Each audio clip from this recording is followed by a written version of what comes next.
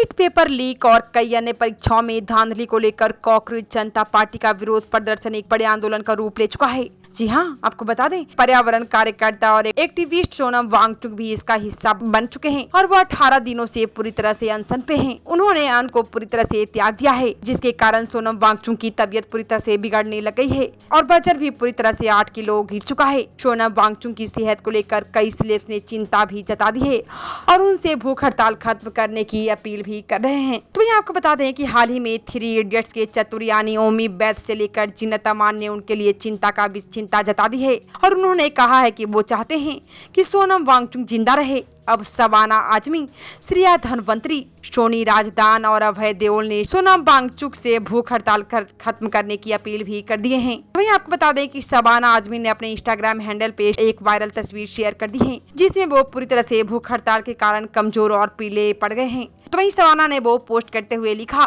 कि प्रिय सोनम वांगचुक, हमारे देश को आप जैसे व्यक्ति की काफी जरूरत है। आप अन्याय के खिलाफ और सच के पक्ष में खड़े रहे हैं। हम सभी को आप पे काफी प्राउड फील होता है, इसलिए हम आपसे अनुरोध करते हैं कि आप अपनी भूख हड़ताल पूरी तरह से खत्म कर दें, क्योंकि आपका मार्गदर्शन हमारे छात्रों का सचमुच हौसला बढ़ा देता है। ये लड़ाई आगे भी लड़नी है, इसके लिए आपका स्वस्थ रहना काफी जरूरी है। हम सब आपके साथ हैं। तो वही इतना ही नहीं, इसके बाद आलिया भट्ट की मां और एक्ट्रेस सोनी राजदान ने अपने इंस्टाग्राम अकाउंट पे लिखा है कि प्रिय सोनम वांगचुक, हम सभी आपकी सेहत के लिए प्रार्थना कर रहे हैं। प्लीज हमें इस तरह ना छोड़ें, आगे की लड़ाई लड़ने के लिए जिंदा रहना होगा। प्लीज आप बने रहें, आज अपना अनशन खत्म कर दें। तो वहीं इसके बाद अभय देओल ने भी अपने इंस्टाग्राम अकाउंट पे सोनम वांगचुक की भूख हड़ताल की वायरल तस्वीर शेयर की और साथ में एक टूटे हुए दिल का इमोजी भी लगा दिया है। उनके इस पोस्ट पे एक्ट्रेस कल्की केकरा ने भी दिल टूटने वाला इमोजी बनाकर कमेंट कर दिए हैं। तो वहीं एक्ट्रेस पूजा बत्रा ने इंस्टाग्राम स्टोरी पे सोनम वांगचुक की तस्वीर के साथ लिखती हैं कि वो हमारे लिए लड़ रहे हैं और हमारी आने वाली पीढ़ियों के लिए। अगर हम चुप रहते हैं तो हमें खुद पे शर्म होनी चाहिए। आप जिस भी तरह से समर्थन कर सकते हैं करें, लेकिन इस आदमी का समर्थन जरूर करें। तो वहीं इसके बाद एक्ट्रेस श्रेया धनवंतरी ने भी सोनम वांगचुक से भूख हड़ताल खत्म करने की अपील कर चुकी हैं। साथ ही उन्होंने ये भी बताया है कि जब उन्होंने वांगचुक से ये बात कही थी तो उन्होंने क्या जवाब दिया। श्रेया ने अपने ट्विटर अकाउंट पे लिखा है कि सोनम सर की भूख हड़ताल का 17वां दिन आज है। उनका मसल मास कम होने लग चुका है और उन्हें बहुत दर्द भी हो रहा है। बाकी सभी लोगों की तरह मैंने भी उनसे भूख हड़ताल खत्म करने की गुजारिश की है।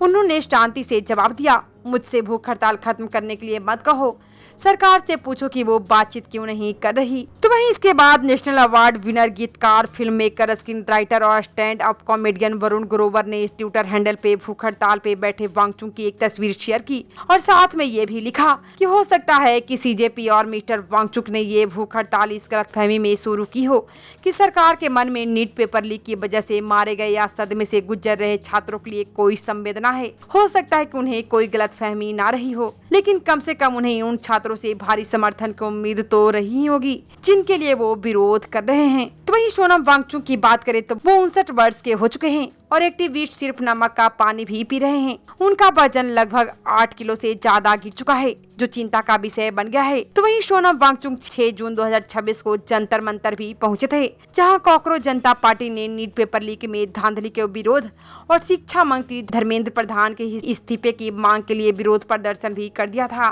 सोनम वांगचुक हाथ में एक गुलाब लिए और कंधे पे एक झोला टांगे पहुंच गए थे। उन्होंने सरकार के सामने 2 मांगे रखी थी, एक धर्मेंद्र प्रधान का इस्तीफा और दूसरा लद्दाख के लिए पूर्ण राज्य के दर्जे की मांग। तो वहीं सोनम वांगचुक ने ये भी कहा था कि अगर सरकार ने इनमें से एक भी मांग मान ली तो वो अनशन पूरी तरह से खत्म कर देंगे, लेकिन अभी तक सरकार की तरफ से कोई भी जवाब सुनने को नहीं मिला है। अब देखते हैं कि आखिर सरकार क्या फैसला करती है।